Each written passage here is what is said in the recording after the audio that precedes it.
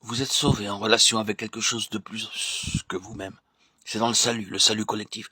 Le salut est une chose collective et vous niez la composante même du salut lorsque vous autorisez la division venir entre vous et d'autres enfants de Dieu, ou entre vous et un autre enfant de Dieu. Vous reniez votre salut même.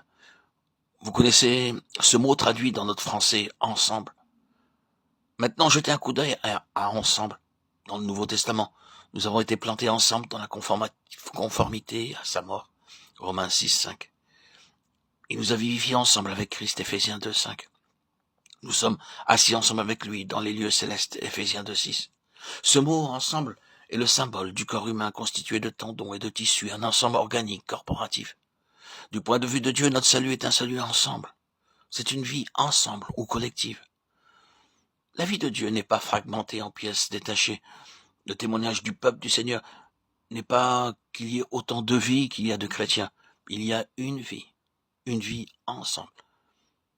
Il devrait transmettre dans ce témoignage collectif que la croix, l'acceptation du verdict de Dieu, l'acceptation de la mort est le moyen de sortir de la mort, étant donné que la mort est celle d'un substitut. Je ne m'attarde pas sur l'image de l'arche symbolisant Christ, en qui nous sommes protégés du jugement, à l'abri de la mort. Mais ils sont entrés ensemble dans l'arche. C'est là ce dont il s'agit. Ce fut un témoignage ensemble, et ce fut une victoire ensemble ou collective. Vous êtes passé d'un individu de Caïn et d'Abel à ce qui est collectif lorsque vous arrivez à Noé. Or, c'est très important, c'est une chose énorme, et elle transmet en elle-même beaucoup de valeurs très pratiques. Était-ce collectif? Eh bien, il est dit Noé avec 7 autres.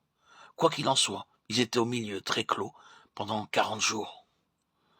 Et 40 nuits, ensemble. Et ne pouvaient pas s'en échapper.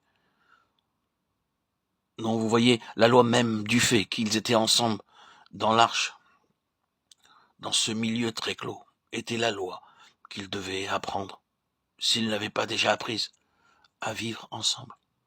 Et à vivre dans la promiscuité. Et leur délivrance dépendait de cela. Si l'un d'entre eux sortait de la porte, ils étaient perdus. Si l'un disait « J'en ai assez de ceci, je pars », où serait-il parti? Si quelqu'un s'était échappé en fracturant l'arche. Vous voyez, eh bien, la chose est évidente. Leur salut était collectif. Il n'y avait pas d'échappatoire à cela. Ils devaient s'y adapter. L'adaptation à la vie corporative, collective, était pour eux le chemin de la vie. C'était l'application pratique du principe de la croix. Chers amis, cela nous prend beaucoup de temps d'apprendre le b.a.-ba de la vie corporative. Nombreux sont ceux qui ont l'enseignement, la doctrine et qui vous racontent tout à propos de l'Église, le corps de Christ. Ils vous donnent de longues dissertations et conversations sur ce sujet. Ils ont toute la théorie.